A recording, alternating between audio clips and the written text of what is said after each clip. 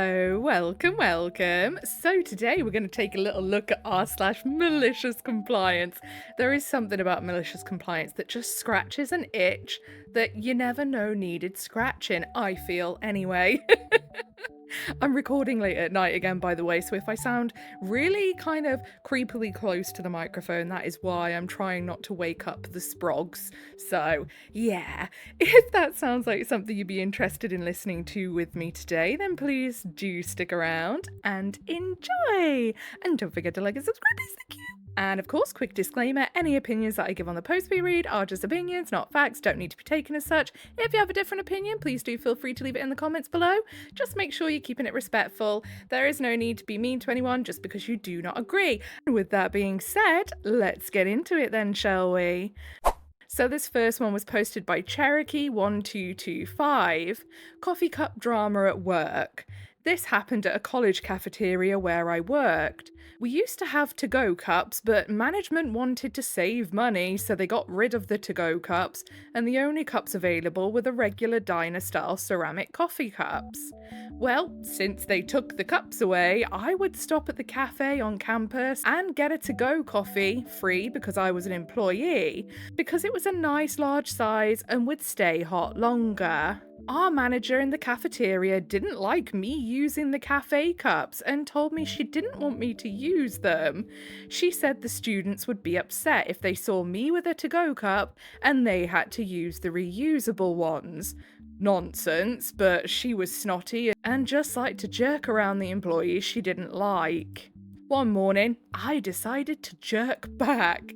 I went to a convenient mart where they sold the same coffee and used the same to-go cups.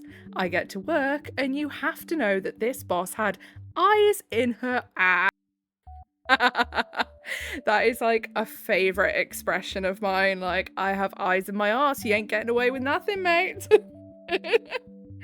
One of my mum's favourite expressions. Honestly, it's such a great expression. She'd be nowhere to be found, but if you did the slightest thing wrong, she'd come out of nowhere at you. Well, I got to work and walked around holding my cup, so it was really noticeable. And here she comes barreling at me, says in her best snotty voice, "Didn't we have a conversation about coffee cups?" I said, yes, we did, but this was from Sunako. Sunako? I have no idea if I've pronounced that right, and presented her with my receipt. Oh, the look on her face was priceless. Best day at work ever. So, Tail then says, sometimes it is worth the money to be petty. It really is. It feels good. So then Mother Goose 1957 says, you're not wrong. That sometimes it is worth money to be petty. One time I went to a store to have the battery changed in my Kindle. I was told on the phone that it could be done while I waited. When I got there, the store was empty of customers and the two men were standing behind the counter doing nothing but chatting. I approached the counter and one of the men refused to change the battery while I waited. He said I would have to leave my Kindle there. I explained I was happy to wait to save myself a 1-hour round trip to return to the store on another day. Fair one. He refused. The other man was so embarrassed by his colleague's rudeness, he offered to do it for me. When he was done, I slipped him a $20 to buy himself a drink. I love that. Back then, $20 was a considerable tip and would buy a carton of beer, and we don't tip in Australia. The look on the other guy's face when he realised he had screwed himself out of $20 was worth every cent. Oh, I love that. I love that. Yeah.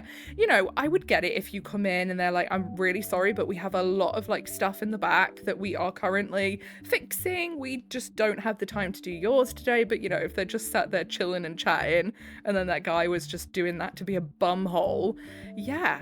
Absolutely, I would have slipped the guy that was actually being nice a bit of an extra tip, for sure. Okay, next post posted by Hoplerfish. Toxic ex-boss begs me to leave a company review. I give him exactly what he asked for. For context, I, 29M, recently quit my job as a specialist at a small planning and design firm, somewhere in Germany. The place was a mess, the pay was a joke, the leadership was completely unpredictable, and they expected me to do the job of a fully qualified project manager, like planning the entire renovation of a large municipal facility, without the pay or the support. The turnover was crazy. Yeah, I could see why the turnover might be a little hectic, to be fair. 3 of my colleagues quit around the same time, and during my 4 years there, my boss went through 5 different assistants. That's crazy. I eventually packed my bags and moved to a different city for a fresh start. A week after my last day, my former boss texted me. He casually asked me to please leave a review for the firm on a popular local job review site, basically our equivalent of Glassdoor.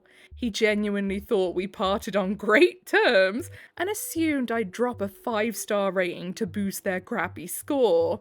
I just rolled my eyes and ghosted him. Fast forward to a few weeks ago, I checked the company's page and saw 3 brand new 4.5-star reviews posted in the same week. Has someone been paying off employees to leave a good review? They were so obviously faked by management. Oh, all that, yeah, actually. That would be easier, I suppose.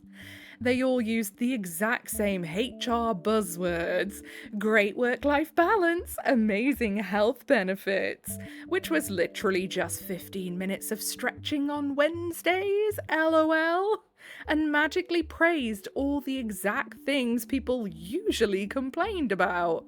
At this point, I remembered his text. He wanted a review? Fine, let's comply. I sat down and wrote a brutally honest, mathematically precise review. I kept it completely professional and entirely subjective. In my experience, I felt that, so they couldn't legally sue me to take it down. I gave them 1 and 2 stars in almost every category, explicitly mentioning the lack of support, the horrible communication, and the heavy workload. But I didn't stop there. While I was at it, I contacted the platform support team and reported the 3 new 4.5-star reviews for manipulation, pointing out the identical wording and the fact that they were posted at the exact same time. Less than 4 hours later, 2 of the 3 fake reviews were nuked by the platform. Automatic spam filter probably caught them because my boss was dumb enough to write them from the same office PC/IP address. Oh my goodness. Rookie mistake, my friend. With his fake reviews gone and my honest 1-star review dragging the average down even further, panic mode set in. How do I know? Because my ex-boss texted me again. This time the message was full of typos, desperately asking if I could please leave a good review to help them out. He has absolutely no idea that I am the one who tanked his rating and reported his fakes. I love that. I left him on red. The cherry on top? A buddy of mine who still works there texted me yesterday. He said my review perfectly hit the nail on the head. He also mentioned that since the review dropped, management has suddenly been acting super nice and accommodating to everyone out of pure fear that more people will quit. TLDR, toxic boss asked me to review his company after I quit. He fakes his own positive reviews to boost the score. I report his fake reviews, getting them deleted, and leave the brutally honest 1-star review he specifically asked for. Boss panics and begs me again, not knowing that I'm the one who ruined his score. I love that. Do you know what though? That boss must be so just not self-aware. That's crazy. Like, to treat your employees that terribly, and then either A, you're a complete madman who just doesn't care about anyone else, which, to be fair, would track for most bosses of larger companies or even smaller companies these days. My goodness, they are getting wild out there. Or he's just someone who is completely unself-aware, and I would totally believe that too. But that's so funny. I love that they were like just trying to sweeten everybody up in a panic. It's like, mate, too little too late. I imagine. The thing is, once one person takes the leap to leave a terrible review, the rest snowball because everyone gets a bit of confidence to actually say how they feel too then. And I love that. I love that. So, down in the comments, Trauma Junkie says, wrote a brutally honest, mathematically precise review, and then says, Germany. I would expect nothing less. Yeah, there is that stereotype, isn't it, that Germans are very to the point, very sort of brutally honest, will tell you how they think, even if you probably don't want to hear it. I don't know if that's true. I don't actually know anyone who's German personally, but I know there is a few of you who watch who have commented before who are from Germany, so please do tell me if that is actually correct or not. I would love to know. So, down in the comments, Fire Marauder says, my company has asked the same thing after someone left an honest bad review. I can tell who left good reviews after asking us to leave good reviews. It should be illegal. Yeah, it really should. And then Peanut Wombat says, my company made a challenge about it. You can see that in the challenge month, suddenly like 50 more positive reviews appear. Otherwise, the vast majority are negative ones. I reported it to the review company with all the proofs of it too. They didn't give a fuck. It's more traffic for their site. That's crazy. That is wild. So then, next post, Dashand says, boss chastised me for a late lunch during a mission critical outage, so I clocked out when the whole network went down. Okay, so we're not going to read the TLDR, and I'm actually going to just scribble it out there. I hate when people put the TLDR at the top, because it kind of like, it's like a spoiler. Don't do that. If you're going to stick a TLDR on, at least put it on the bottom. So, the short version, small business. This is my first IT job, but I have decades of blue-collar experience. I was the first IT person the company ever hired. My associates in IT specialise in networking only a few Gen Ed classes away. My boss kept the platters spinning, but he has no formal training or amateur desire. He wants to offload the tediousness. 3 days prior, I was trying to get a mission-critical computer up and running again, the only computer with the shipping software, and hundreds of packages waiting to ship. I advised an immediate re-image, delete everything, and reset to a known good save.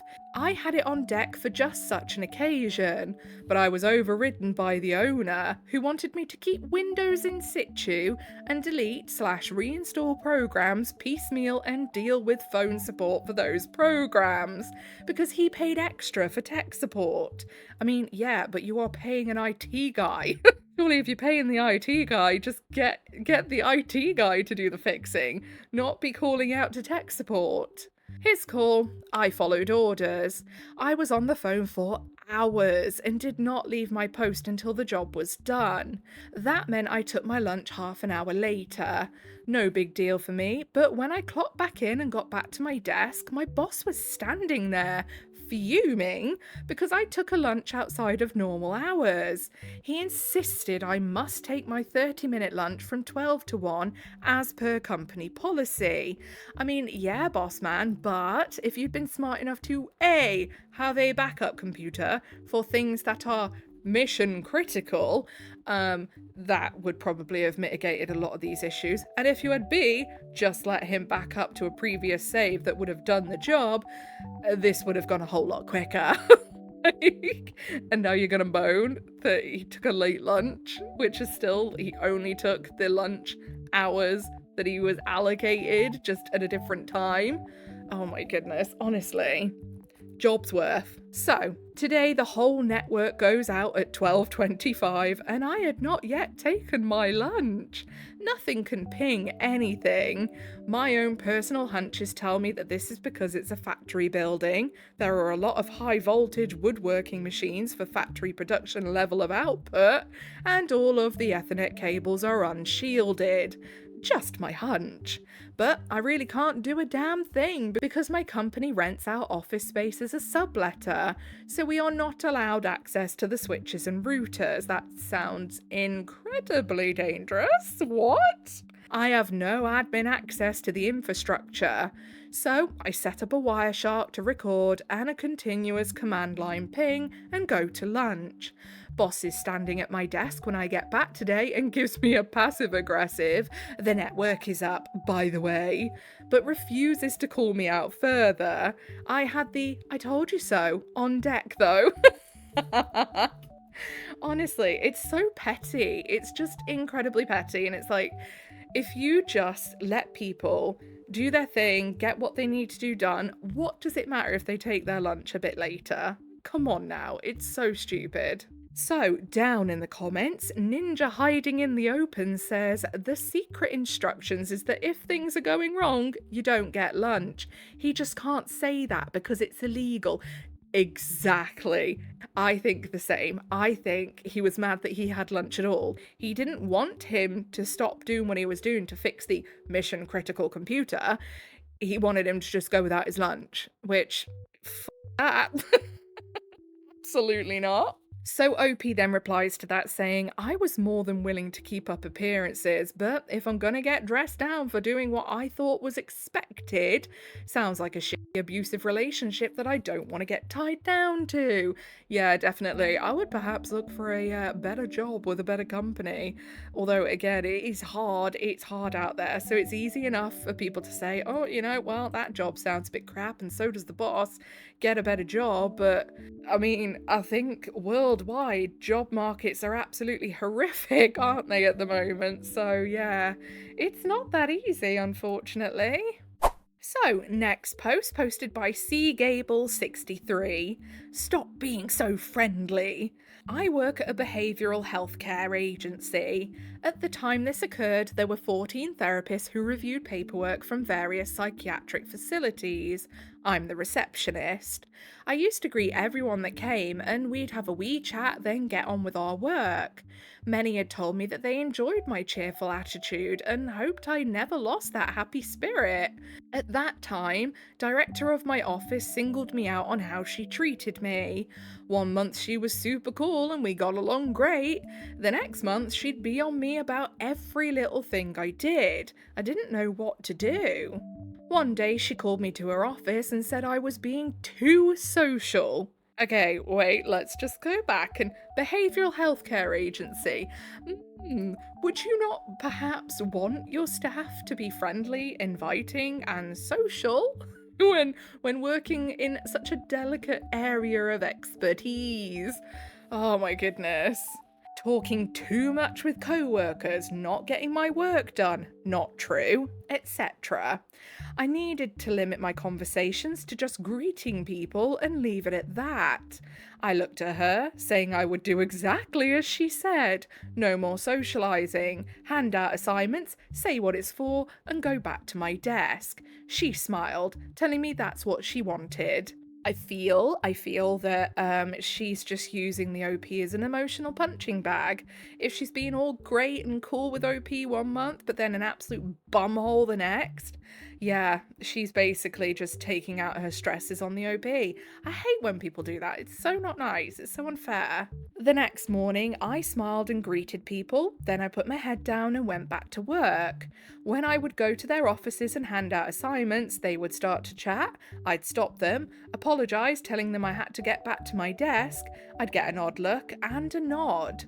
This went on for several days. The following week, they started coming up to my desk, individually asking how I was doing. I seemed distant. If I had any problems, I could talk to them as their door was always open. I smiled, thanked them for their generosity and thoughtfulness, but I was fine and had to get back to work. As I mentioned, this went on every day for a week. Yeah, and when you've basically, you're working with 14 therapists, they're all going to pick up that something's going on. Like, they're not going to let this slide. The following week, the director called me into her office and asked what was wrong. I smiled and said nothing is wrong. I'm doing my work and it's on time, clinicians are getting their assignments, and I'm keeping the chat to an absolute minimum. Like you wanted. She looked at me and said the clinicians were concerned about me as I haven't been talking to them. They feel I might be going through some kind of depression, and they told me that their door is always open. She didn't say anything at first, then she told me, just keep the chats to a few minutes. I told her no problem. Yeah, that's crazy. Honestly, I will never understand people that work in the sorts of jobs where literally being social and being friendly and approachable is half of the work. And then they moan about it and they don't like it. Honestly, crazy. So down in the comments, Dadark GT Print says, if your work was complete before, then what's the issue? Hey director, if it ain't broke, don't fix it. Exactly. And then the OP says, it had nothing to do with my work, but everything to do with my friendly personality. I do my best to get along with people, and she could be a cranky and she could be a cranky, sarcastic weenie bag. And then Stoic Sticks replies to that and says, sounds like she should use some therapy. LOL, literally, yeah. Okay, then last post of the day, posted by Indigo Wolf. Respect time off and don't stress you on your days off. Sure, works both ways. I don't work for the best company. I don't think anyone on Malicious Compliance works for the best company, mate. I've got to be honest. It's corporate and the higher-ups have little understanding of what goes on at ground level. When I started, it was under a great manager that protected us from most of the crap rolls down hills politics. He was promoted out of the store, and after a few misfires, we got a new manager. She is very loud. She will get in conversations with friends and loudly discuss controversial opinions and swear like a sailor. I've had a few customers quietly ask me why I had not reported her to the manager, then roll their eyes and express sympathy when I said, she is my manager. Anyways, there's a system in place for who to call when no manager is available. We are a tiny team and most of us work solo. If the manager is coming in the morning, we'll call her the night before with concerns. If she's not and it's the assistant, we call the assistant. Sure, no problem. I found an issue I thought was important enough to inform her right away instead of waiting until the next day she worked. I took pictures and shot a short text explaining it. Food health code violation from one of our vendors. I got back and this is the exact text. I need you guys to understand that if the store is not on fire, you're not being robbed, you need to be contacting assistant manager's name, not me unless it's an emergency, please. I mean, fair enough to put in boundaries when you're on your day off. I totally agree with that. 4 days later, she sends me a text scolding me for not doing my job when it was in fact a managerial level job, not my level. Then the following text a few minutes later saying, oh, you did do it, sorry. And she sent me some points in our store's good job system. Oh my goodness. Our company's really doing that, basically using a gold star system? How patronizing.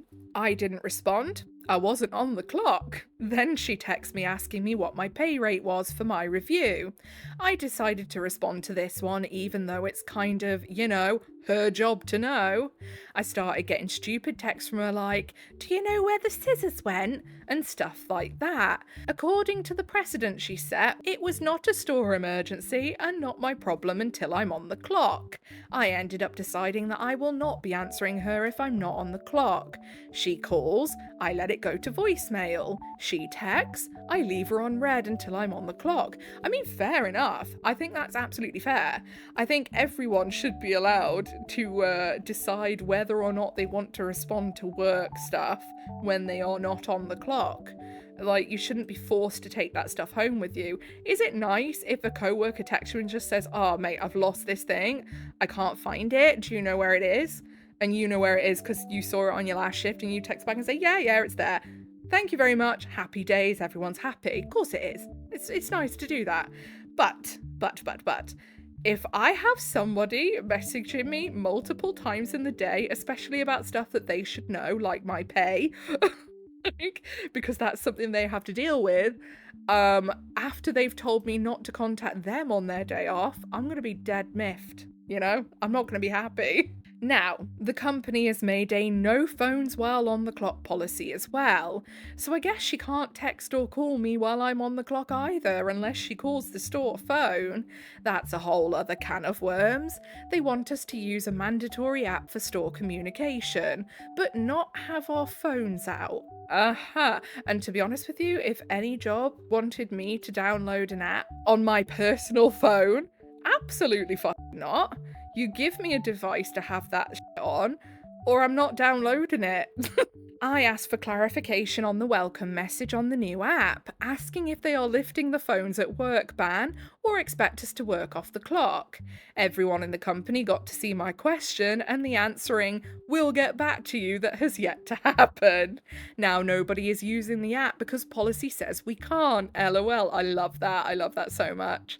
Whoops. Guess she will have to come in person on her days off if she wants to talk to me.